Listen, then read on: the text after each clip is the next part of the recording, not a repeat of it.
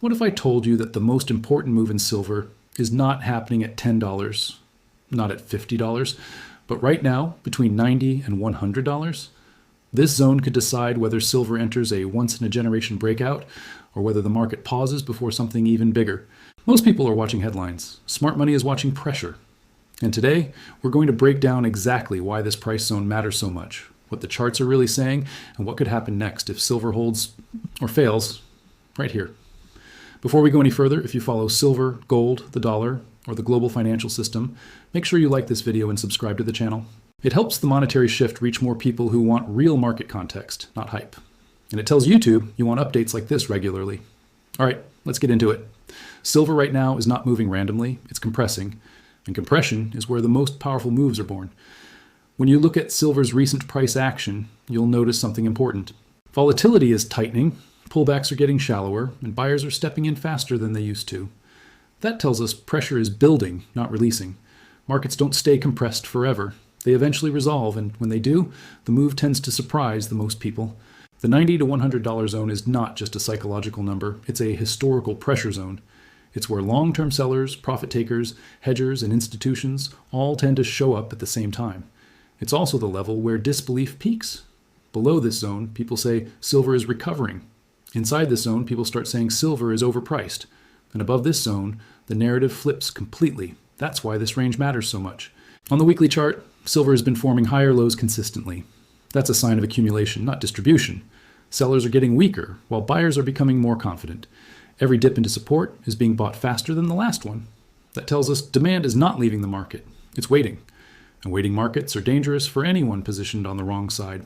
Now let's talk about pressure zones. A pressure zone is not just resistance. It's where multiple forces collide. Technical traders see round numbers. Institutions see liquidity. Options, markets see hedging needs. Physical markets feel stress. All of that overlaps in this $90 to $100 range. That's why price often stalls here. But stalling does not mean failing. In fact, long stalls near resistance often precede explosive breakouts. One thing many people miss is how silver behaves before major moves. It doesn't explode immediately. It grinds. It frustrates. It shakes out weak hands. Sideways movement near highs is usually bullish, not bearish. If silver was truly weak, it would already be breaking down hard. Instead, it's holding firm and absorbing selling pressure. On a daily time frame, we're seeing tighter candles, reduced downside momentum, and strong closes near the upper end of the range. That tells us buyers are willing to hold positions overnight. That's confidence. And confidence tends to build trends, not end them. Another important factor here is time. The longer silver spends near this zone without collapsing, the more likely it is to break through. Time compresses energy. Every failed attempt to push silver lower adds fuel to the eventual move higher. That's how markets work. They reward patience and punish certainty. Now let's talk about what happens if silver clears $100 decisively. Not spikes, not wicks, but a real close above it. Above 100, there is very little historical resistance. That's when price discovery begins. And price discovery is where models fail, targets expand, and volatility increases dramatically. That's also where media attention returns, retail interest explodes, and momentum traders rush in late. But it's important to stay grounded.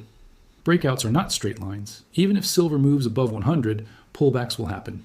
That doesn't mean the move is over. It means the market is resetting before continuing. Understanding that helps avoid emotional decisions.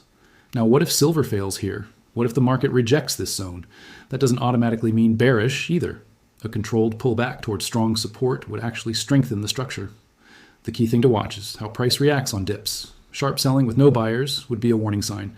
Slow, shallow pullbacks with quick recoveries would be bullish. This is why this zone is so important. It gives us information. The market is speaking right now, not screaming, and smart traders listen during quiet moments. Another thing to consider is the broader macro backdrop. Debt levels are rising globally. Real yields remain under pressure. Currency confidence is fragile. Silver is not moving in isolation. It's responding to stress beneath the surface of the financial system. Even when headlines are calm, the underlying structure is not. Silver also tends to lag gold early and then outperform later. If gold continues to hold strength, silver usually plays catch-up aggressively. That's another reason this zone matters so much. It could be the handoff point where silver stops following and starts leading. From a sentiment perspective, most people still don't believe a $90 or $100 silver price is realistic. That disbelief is fuel. Major tops are formed when everyone agrees. Major moves start when most people doubt. This is why daily and weekly updates matter here. The next move won't be announced in advance. It will reveal itself through price behavior. Watching how silver reacts to this zone day after day gives you an edge that headlines never will.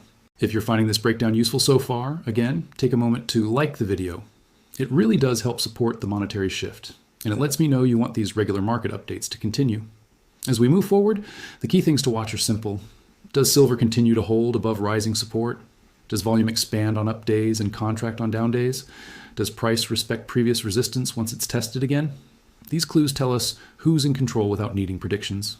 One thing I want to emphasize is patience. The market rewards those who wait for confirmation, not those who chase excitement. The $90 to $100 zone is not about guessing tops or bottoms. It's about reading pressure. Silver is telling us something important right now. It's not panicking, it's not collapsing, it's coiling.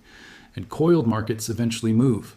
As we get closer to the end of this update, I want to hear from you. Do you think silver breaks above 100 this cycle, or do you think the market needs more time? Drop your thoughts in the comments. I read them, and they help shape future updates on this channel. If you found this video valuable, consider sharing it with someone who watches silver or follows the markets. These conversations matter, especially right now. And if you want consistent, calm, no-hype breakdowns like this, make sure you're subscribed to the Monetary Shift. We'll continue watching this zone closely, day by day and week by week, because whatever silver decides to do here will likely shape the next chapter of the market.